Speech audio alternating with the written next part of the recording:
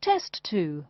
You will hear a number of different recordings, and you will have to answer questions on what you hear. There will be time for you to read the instructions and questions, and you will have a chance to check your work. All the recordings will be played once only. The test is in 4 sections. At the end of the test, you will be given 10 minutes to transfer your answers to an answer sheet. Now turn to Section 1. Section 1. You will hear a conversation between a travel agent and a woman who wants to go to Australia with her husband on holiday. First, you have some time to look at questions 1 to 3.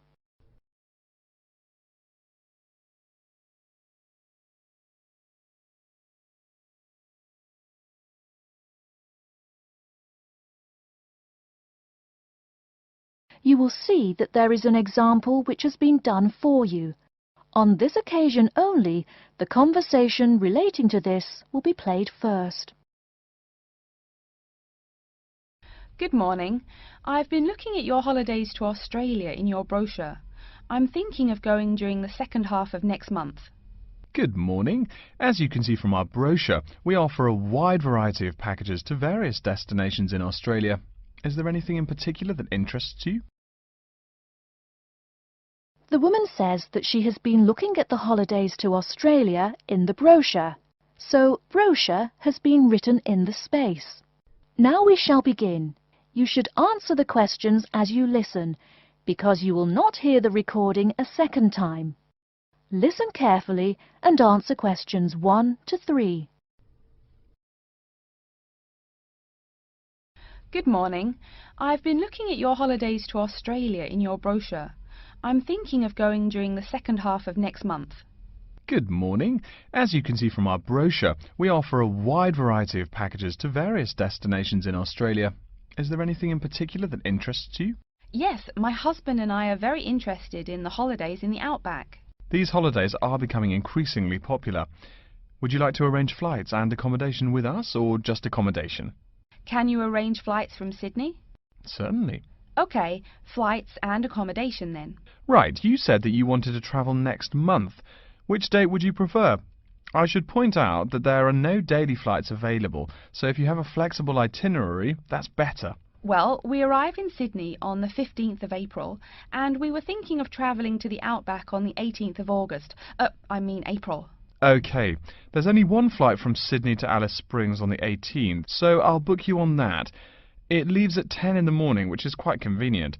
Shall I book 2 seats for you? Yes, please. As for your stay in the outback, you can see from the brochure that we offer 3 packages: budget, standard and luxury. The budget package is about $500 Australian dollars, the standard package is about $700 and the luxury one is approximately $1,000, though it does depend on exactly what you would like regarding extras. Which one would you prefer? Well, we can't decide between the budget and standard options. Ah, well, actually, just looking at my computer here, on the date that you want to fly into Alice Springs, there is no standard accommodation available. It's fully booked, I'm afraid. That's okay. We think that the cheapest one should be fine for us. We don't mind roughing it for a few days, and we don't expect to be spending much time at our accommodations. We prefer the outdoors. Right, let's look at the room options. Before you hear the rest of the conversation, you have some time to look at questions 4 to 10.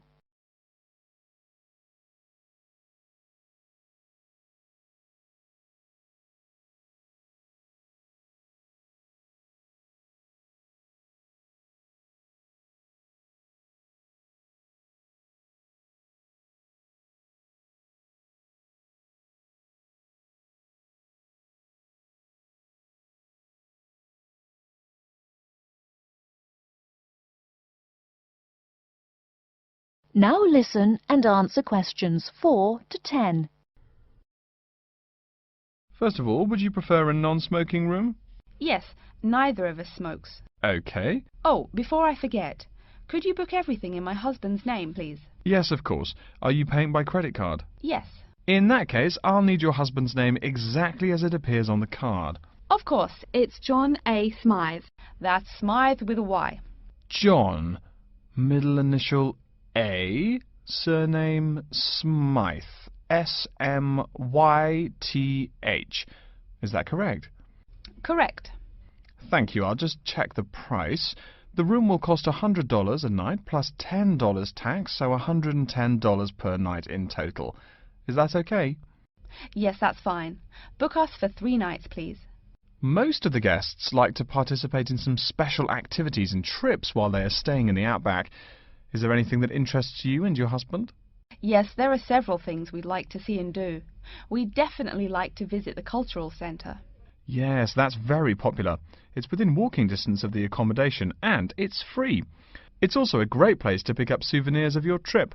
We were thinking about visiting one of the nearby farms. There are 2 farms nearby, a sheep farm and a kangaroo farm. There is also an opportunity to ride camels in the desert. Have you ridden a camel before? No, but it sounds like fun. Could you give me some more details about the kangaroo farm and the camel ride? Certainly. The kangaroo farm includes information on how the animals are raised, whilst the camel ride provides information on desert flora and fauna. Which would you prefer? You can arrange to see the kangaroos in the wild if you like, rather than on a farm. That sounds perfect. OK, we'll go on the camel ride and see the kangaroos in their natural habitat. OK, I'll arrange that for you. I forgot to mention that the journey also includes a stop at a place of Aboriginal artwork. It's a place well known for its stone carvings of animals and mythical creatures. That sounds great. Are the carvings in the desert? Yes. Wonderful. Well, that's perfect then. I'm sure you'll have a lovely trip, but remember that you need to take care in the sun. Yes, we're really looking forward to our trip. We really want to try to experience the dream time under the stars. Of course. That's what a trip to the outback is really all about. Yes. Now, how about the cost? That is the end of section 1. You now have half a minute to check your answers.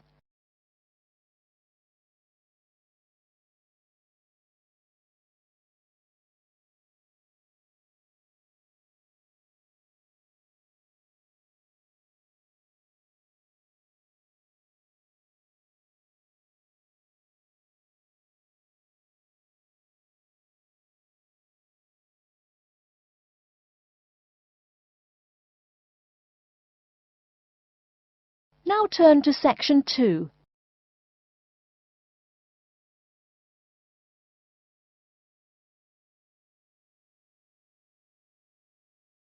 Section 2. You'll hear an announcement which is looking for some volunteers. First, you have some time to look at questions 11 to 15.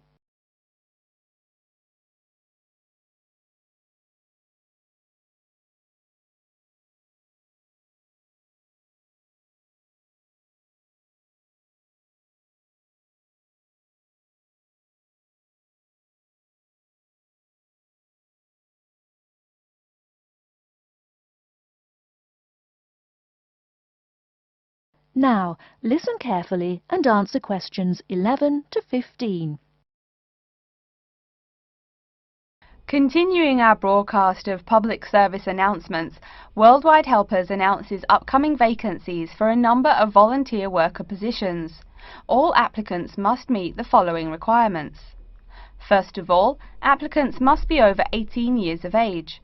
The company apologises, but there can be no exceptions to this rule. Second, persons interested in these positions may not have police records. Minor traffic offences like a parking ticket are, of course, no problem. But, and I quote, past and present drug users and sex offenders need not apply. The employer will, of course, check with the police to verify your clean record. In addition, applicants must supply references from past or present employers or teachers along with their recent CV. These references must testify as to the applicant's work habits and/or character. Remember, these are references from employers or teachers. A note from your dear old mum won't do. Worldwide Helpers assures me that they will contact these references to confirm they are genuine. Although all positions are volunteer, the employer will reimburse some of your expenses. For example, they will pay for transportation to and from the job site. Aside from that, the cost of phone calls is covered.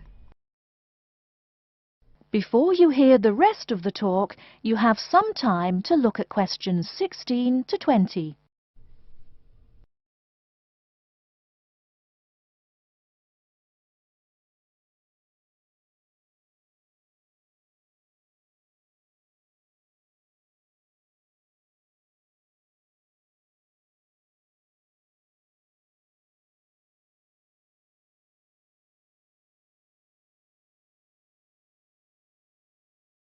Now listen and answer questions 16 to 20.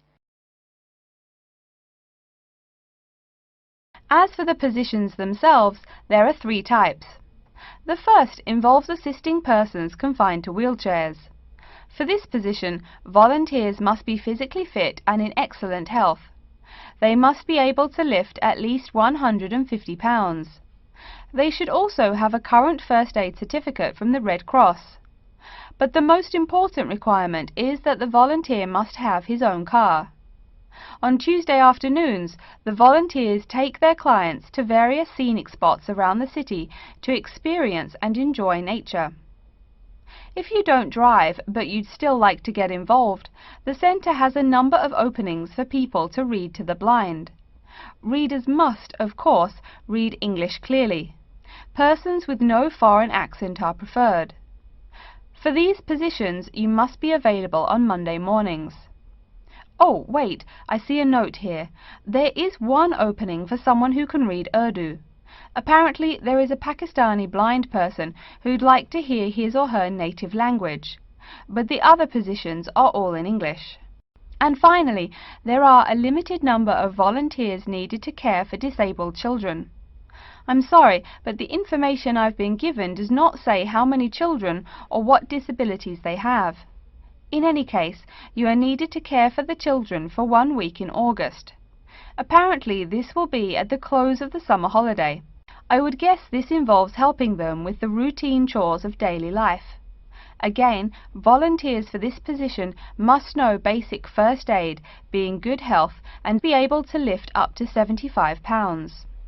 Okay, our next announcement is looking for someone to facilitate tiger breeding at the London Zoo. And get this, it's a strictly volunteer position. That means you don't get paid. Oh my God, I'm sorry ladies and gentlemen, but I just have to laugh. That is the end of section 2. You now have half a minute to check your answers.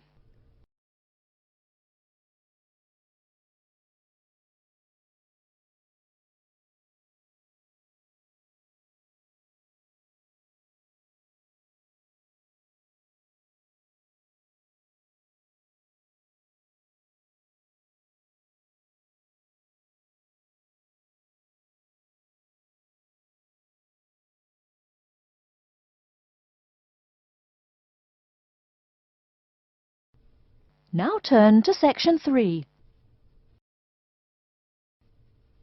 Section 3. You will hear a student called Pete talking to his classmate Dave about the presentation that he will give on environmental science. First, you have some time to look at questions 21 to 25.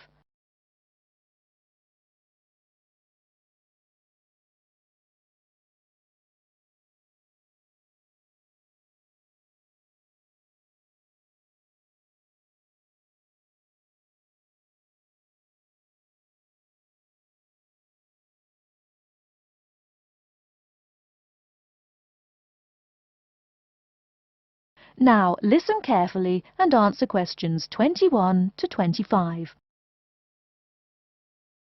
Are you just leaving the library now? I saw you get there at 8 a.m. Yeah, I've been there all day. What for? They hire a cute new librarian or something? I wish. No, it's the presentation that I will give in environmental science the day after tomorrow. What's it about? I heard you were really excited about the class. And Dr. Schnee also calls you for the arcane questions, as he calls them. It's about environmental damage in the Yucatan. Excuse me, what? Or is that where? The Yucatan.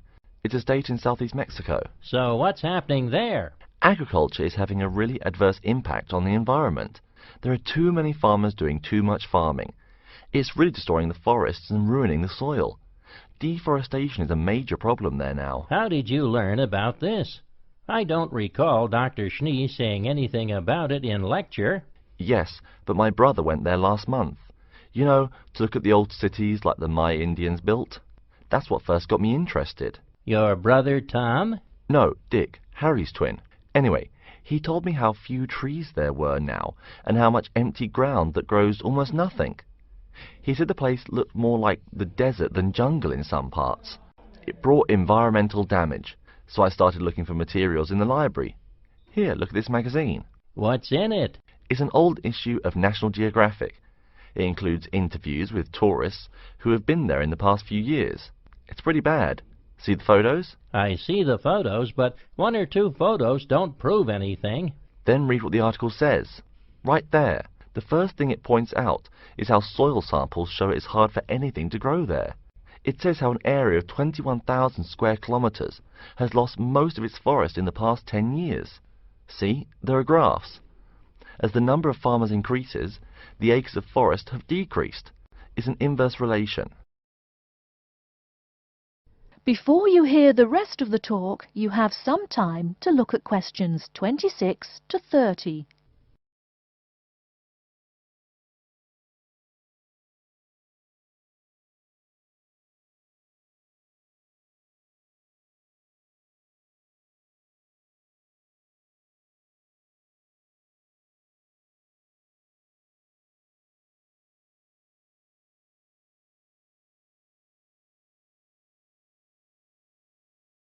Now listen and answer questions 26 to 30.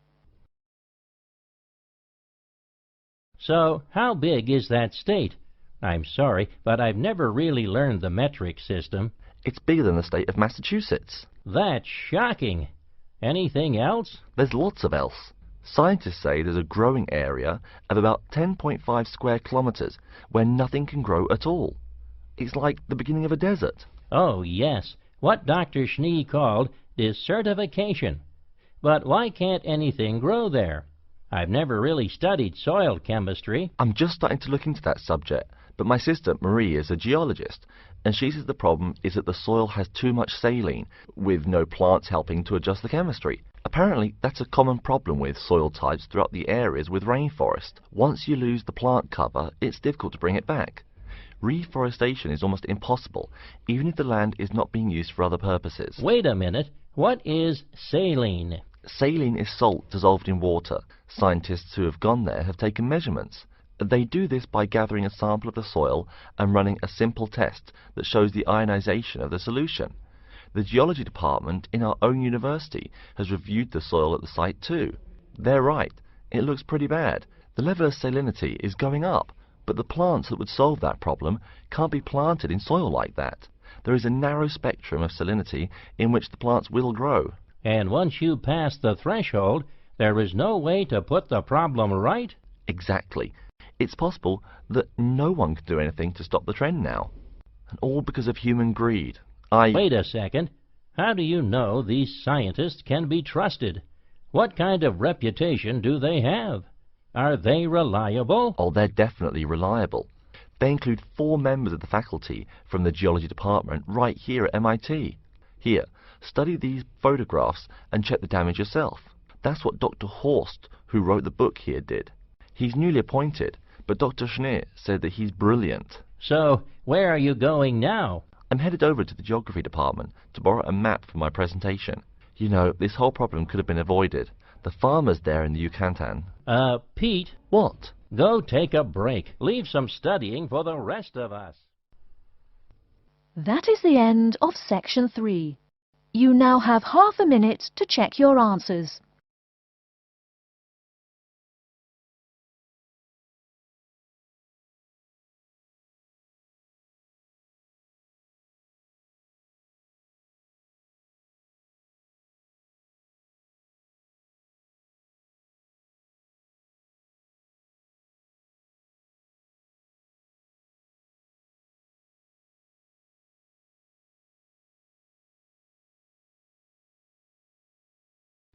Now turn to Section 4. Section 4. You will hear a lecture's introduction to Insect Biology 101. First, you have some time to look at questions 31 to 40.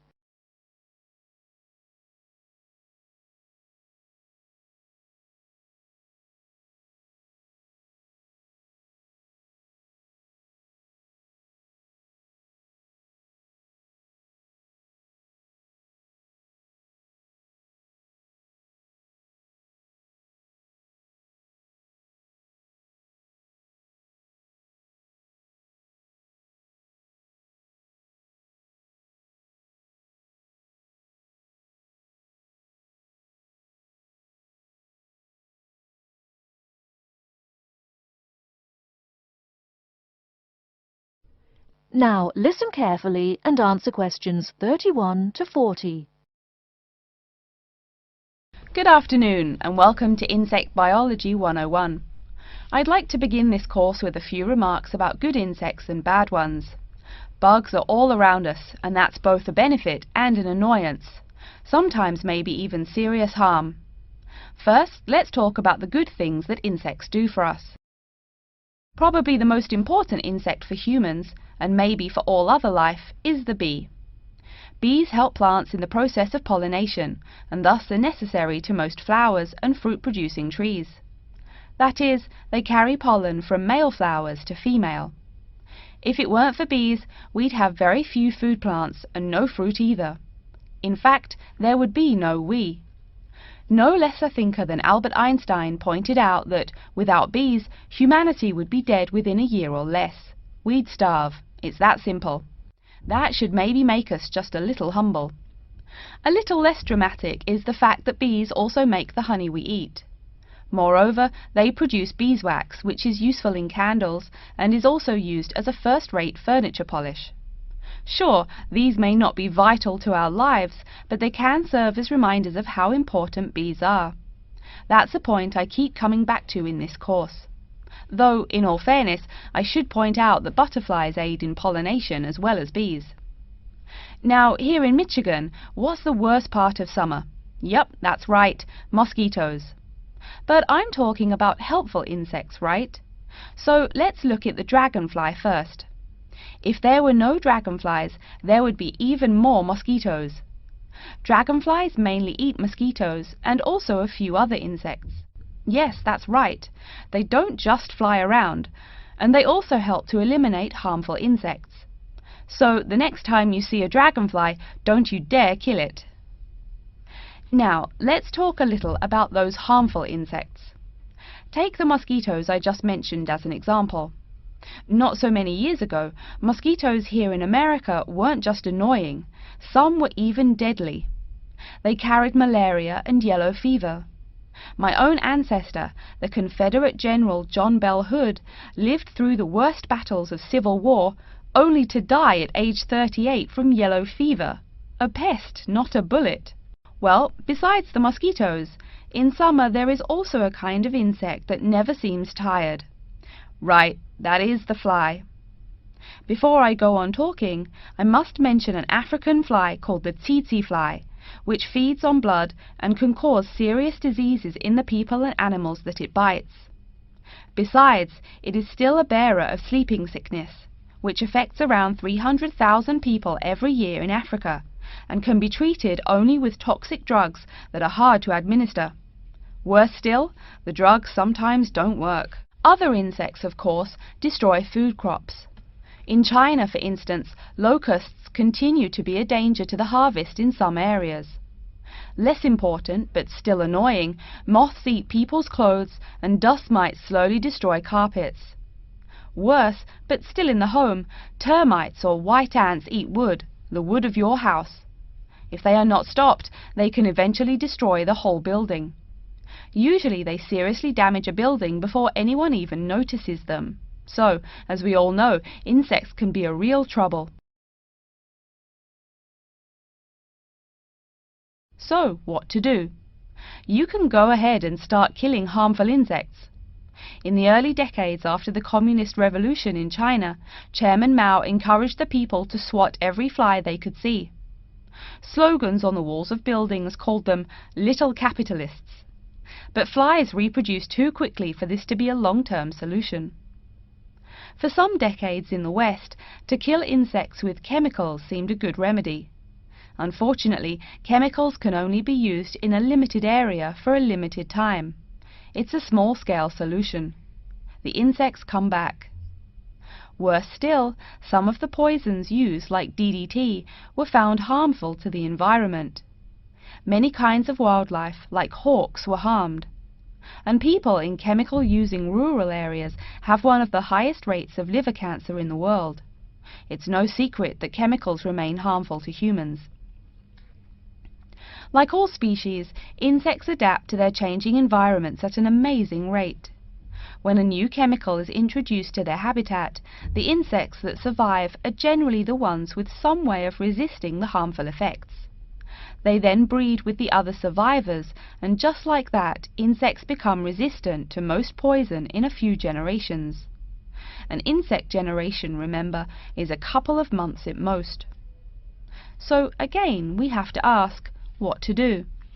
Well, there are biological solutions. Some of these are pretty simple. One is destroying the insect's habitat. You take away their home or food.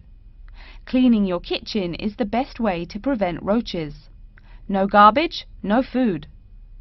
Getting rid of marshes and swamps eliminates mosquitoes. Other solutions might include bringing in dragonflies or bats in areas where mosquitoes are many. This is a cheaper alternative to chemicals. Biological methods like this also bring no extra pollution to the environment. But you have to be careful. If you change the environment too much, you might be hurting other forms of life accidentally. One recent method of controlling insect populations involves interrupting their breeding cycle. What does that mean? It means birth control for bugs. Insects are provided with food that makes them unable to reproduce. Since they can't have babies, the population disappears, or nearly so. And since no young are born, resistance is not a problem, with no young insects developing increased resistance. Interrupt the life cycle, eliminate the bug. It's clear that we must have an understanding of the life cycle of the insect. At least, that's the plan. We'll go into more detail as the course goes along. Now, I will stop here to see whether you have any questions or not. That is the end of section 4. You now have half a minute to check your answers.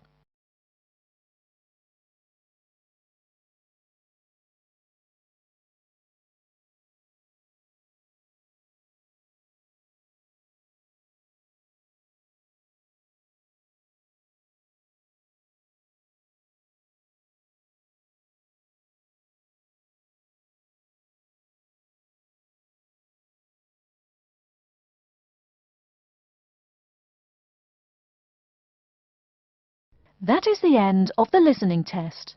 In the Ielts test, you will now have 10 minutes to transfer your answers to an answer sheet.